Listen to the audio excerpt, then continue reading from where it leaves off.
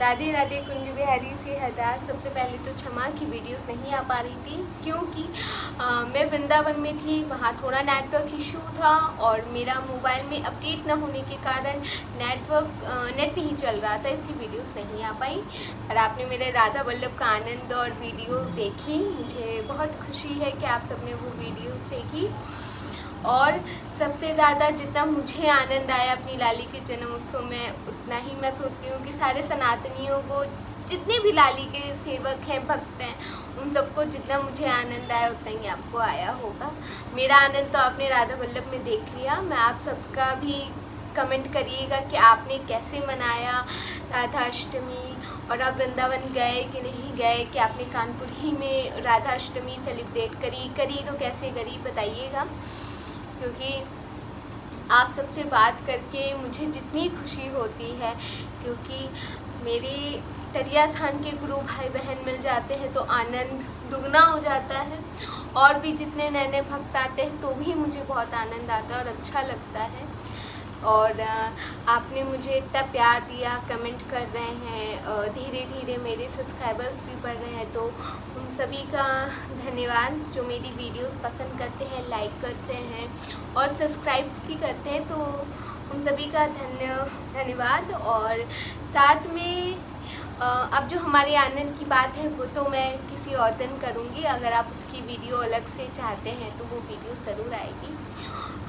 आज का जो विषय है वो है तुलसी माता के बारे में। तो आइए जानते हैं तुलसी जी के बारे में, उसकी कुछ महिमा के बारे में। जैसे कि जानते हैं कि तुलसी जी को बहुत ही ज़्यादा इम्पोर्टेंट बताया, और ठाकुर जी ठाकुरानी जी की सेवा में तो खास कर बहुत ही बड़ा रोल है।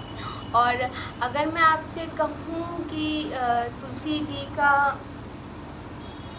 वर्णन कई पुराणों में आया हुआ है तो ये बात गलत नहीं होगी। जैसे कि पद्म पुराण, मैं आपको पहले पद्म पुराण के बारे में बता दूँ। पद्म पुराण के बारे में महिमा बहुत बताई गई है तुलसी के बारे में। जो तुलसी पहने रहता है उससे काल भी दूर रहते हैं, कोई अला बला करीब नहीं आती।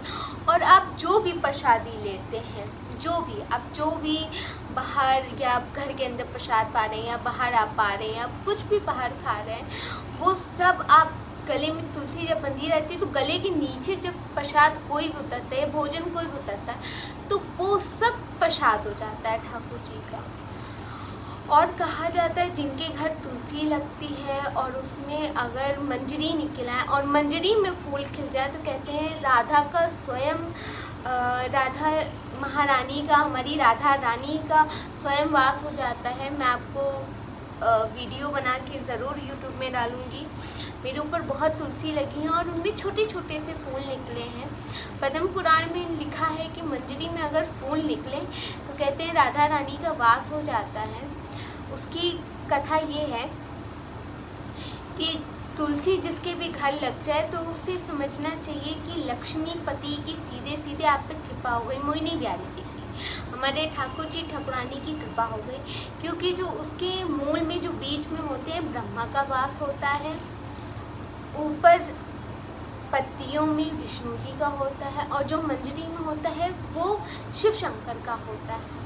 तो तीनों ही देवी देवता आपके अगर त्रिदेव की बात करें तो तीनों ही आपके घर में विराजमान हो जाते हैं। और मंजरी में तो स्वयं, मंजरी में जो फूल खिलता है वो तो स्वयं राधा रानी होता है। पद्म पुराण में और लिखा हुआ है कि अगर आप शंकर जी के मंदिर में मंजरी पेड़ लगाते हैं तुलसी का, या फिर आप मंजरी वहाँ पे लगाते हैं तो बीज से भी पौधे निकल आते हैं। और कहते हैं अनन्य अनन्य आपके सारे पाप समाप्त हो जाते हैं। और उसका जितना वाजपेयी यज्ञ कराने का, अश्वमेध कराने का यज्ञ फल मिलता है, उतना ही शंकर जी के मंदिर में तुलसी लगाने का भी, तुलसी लगाने से भी उतना ही ज़्यादा आपको मतलब आपको उसका उतना ही पुण्य मिलता है। जैसे वाजपेयी यज्ञ हो गया, अश्वमेध यज्ञ हो गया, इन सब का फल आपको सिर्फ तुलसी लगाने से मिल जाएगा। और लिखा हुआ है जो लोग प्रस्थान कर जाते हैं अगर जो लोग वहाँ जाते हैं और कहते हैं अगर उनकी चिता में तुलसी की डंडी रख दी जाए या उन्हें तुलसी मुंह पर खिला दी जाए या रख दिया जाए, तो कहते हैं वो इस पल जो हम इतनी सारी योनियों में घूम कर आते हैं वो उन सब से मुक्त हो जाते हैं।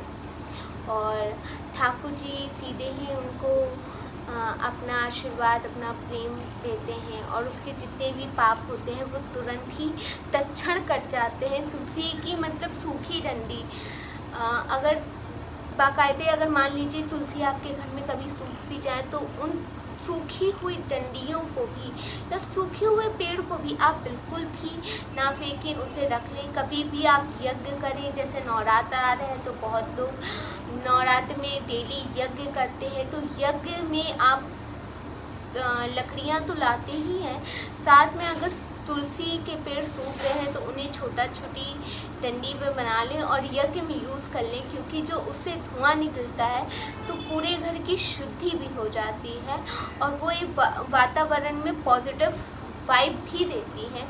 पद्म पुराण में आप ज़रूर, मेरे हिसाब से आप सब पद्म पुराण पढ़िएगा तो उसमें बहुत ज़्यादा महिमा कही गई है।